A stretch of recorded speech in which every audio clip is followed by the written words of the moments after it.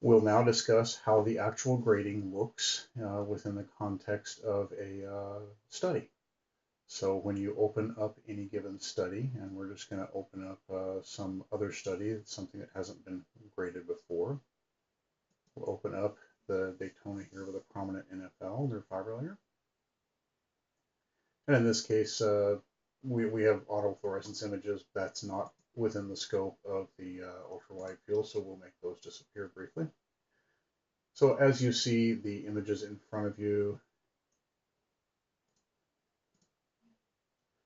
we'll go ahead and grade those by using the study note. Within the study note, we have several templates available. We're going to use the ophthalmic photography diabetic retinopathy report. This is just a mock practice. All of the information that is hard-coded to the patient is automatically selected here. And as we scroll down, we can select whether the patient has been diagnosed as a diabetic or not, what year they may have been diagnosed as such, what their HbA1c level might be, and the date of that diagnosis or the test, the lab test. We can make certain distinctions about the image quality, and what I like to do is just take this to one side and just generally assess the quality of that image, take it over here, generally assess the quality of that fellow eye. We can determine that these are good and they are gradable. Now then, there's only about 4 questions here because this is just a very gross reading option. As far as the granularity of the report, you can make as fine detail in the grade as you actually want. The report is fairly high level. So the DR diagnosis, we're going to go ahead and diagnose this as mild. DME is not found, and the refer is going to be to an optometrist for follow-up. Again, we can make any of these drop-down menus contain any specific text strings that you may want, and we're going to look at repeating this in 2 years. You can also type any note here that you may wish. However, if we find that we're typing a specific string here or something that is consistently repeating, we would rather put that in a drop-down menu.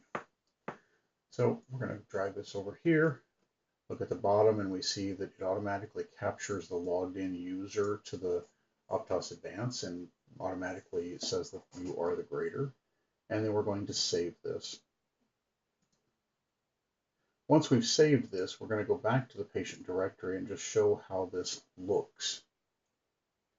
Notice here that we've got a report now on this prominent neurofibrillator patient, and this can be reviewed in one of 2 ways.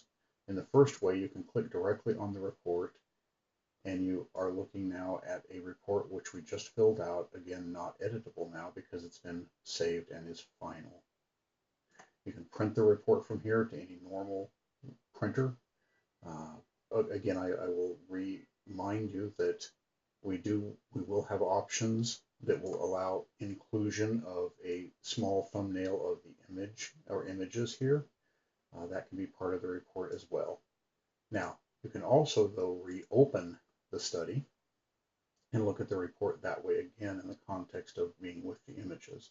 Again, forgive me, that comes up for us images, but it's okay. Notice here that we have a prior here, and we have the creation of this report. We can click directly on that report, and again, we see that report here as well. So that's a quick run through on how you open up a record, how you grade a study, and how you might then look at that report later. The report has options to be sent on to other electronic medical records. It is a DICOM structured report. It can also be sent on through other image managers as a DICOM structured report. For statistical reporting or trending over a period of time, all of these elements may be queried and reported as a data element. We could, for example, we could give reports on a monthly basis or otherwise on any component here. How often do you repeat 2-year imaging, for example? How often do you diagnose mild diabetic retinopathy? What's the spread of all of this? What's the report for a month? How many did you find? We can report all of that out of this structured report. Okay, that's that is the conclusion of this discussion.